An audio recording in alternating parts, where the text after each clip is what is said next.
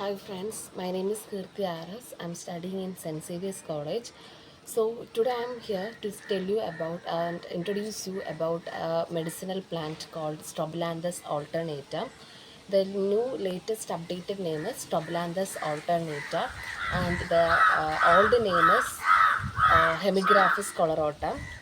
ഈ ചെടീനെ കുറിച്ച് പറയുകയാണെങ്കിൽ ഇതൊരു ചെറിയ പെരിനിയൽ ഹെർബായിട്ടാണ് നമ്മൾ അറിയപ്പെടുന്നത്. ഈ പ്ലാന്റിനെ പറ്റി ഇത് ഒരു മെഡിസിനൽ പ്ലാന്റ് ആണ്.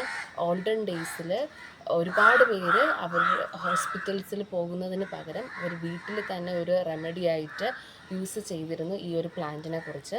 ഈ പ്ലാന്റിനെ കുറിച്ച് പറയുകയാണെങ്കിൽ ഇതിൻ്റെ ലീഫ് നോക്കിക്കഴിഞ്ഞാൽ ഇതിൻ്റെ ലീഫ് ഒരു അപ്പർ സർഫസ് നോക്കിക്കഴിഞ്ഞാൽ ഒരു മെറ്റാലിക് ഗ്രീൻ കളറും ഇതിൻ്റെ ലോവർ സർഫസ് നോക്കിക്കഴിഞ്ഞാൽ ഒരു ഡീപ്പ് പേർപ്പിൾ കളറേഷനുമാണ് നമുക്ക് കാണാൻ പറ്റുന്നത്.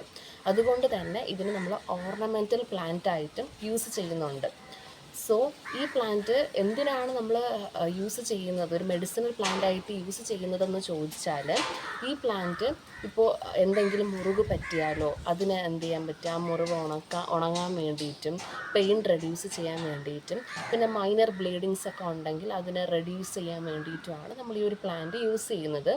ഇതെന്തിനാണ് നമ്മൾ ഇങ്ങനെ ഒരു മുറിവിലൊക്കെ യൂസ് ചെയ്യുന്നതെന്ന് ചോദിച്ചാൽ, ഈ ഒരു പ്ലാന്റിൻ്റെ ലീഫ് നോക്കിയാൽ ഇതിൻ്റെ അകത്ത് ഒരുപാട് ആൻറ്റി ഓക്സിഡൻസുകൾ പോലുള്ള phyto chemicals, steroids, tannins, alkaloids, terpenes പോലുള്ള ആൻറ്റി ഇൻഫ്ലമേറ്ററി കെമിക്കൽസുകൾ പ്രസൻ്റ് ആണ്.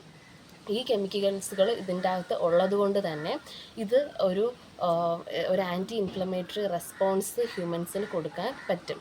ഇത് പണ്ടത്തെ ഒരു ഫോക്ക് റെമഡിയാണ്, ട്രഡീഷണൽ മെത്തേഡാണ്. ഒരു സിവിയർ ബ്ലീഡിങ്ങും സീരിയസ് ആണ് നമ്മുടെ വൂണ്ടൊക്കെ ആണെങ്കിൽ നമ്മൾ ഉറപ്പായിട്ടും ഡോക്ടറിനെ കൺസൾട്ട് ചെയ്യണം. പണ്ട് കാലത്ത് ഇതെങ്ങനെയാണ് ഈ ഒരു ലീഫ് അവർ ഈ മുറിവിൻ്റെ മുകളിൽ വെച്ച് ഹീലിങ്ങിനൊക്കെ യൂസ് ചെയ്തിരുന്നതെന്ന് വെച്ചാൽ, അവരെന്ത് ചെയ്യും, ഇതിൽ നിന്ന് ഒരു ലീഫ് എടുക്കും. ആ ലീഫ് എടുത്ത് ഇത് നല്ലതുപോലെ വാഷ് ചെയ്യും. ഇത് വാഷ് ചെയ്തതിന് ശേഷം അവരുടെ കയ്യിൽ വെച്ചതിന് ശേഷം നല്ലതുപോലെ ഇതിനെ ക്രഷ് ചെയ്യും. അല്ലെങ്കിൽ മോട്ടലോ പെസ്റ്റലോ യൂസ് ചെയ്ത് ക്രഷ് ചെയ്തെടുക്കാം.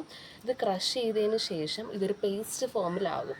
ഈ പേസ്റ്റിനെ അവരെന്ത് ചെയ്യും, ആ വൂണ്ടിൻ്റെ ഏരിയയിലോട്ട് മുകളിൽ അപ്ലൈ ചെയ്ത് കൊടുക്കും.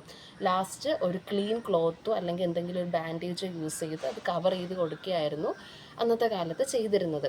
ഇതിനെ നമുക്ക് ഒരു ലോക്കൽ നെയിംസും ഉണ്ട്. ഇതിൻ്റെ ലോക്കൽ നെയിംസ് കേരളത്തിൽ അറിയപ്പെടുന്നതെന്ന് പറഞ്ഞാൽ മുരിയൻ പച്ച, മുറിക്കൂറ്റ് എന്നൊക്കെയാണ് അറിയപ്പെടുന്നത്.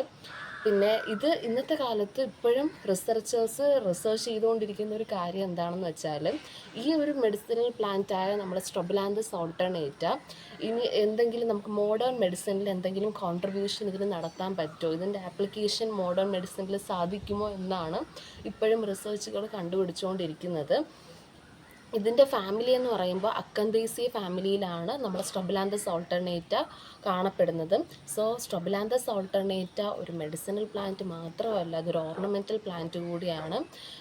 ഇത് ഭയങ്കര യൂസ്ഫുള്ളാണ്. It's very expensive and it is very useful for humankind. So thank U.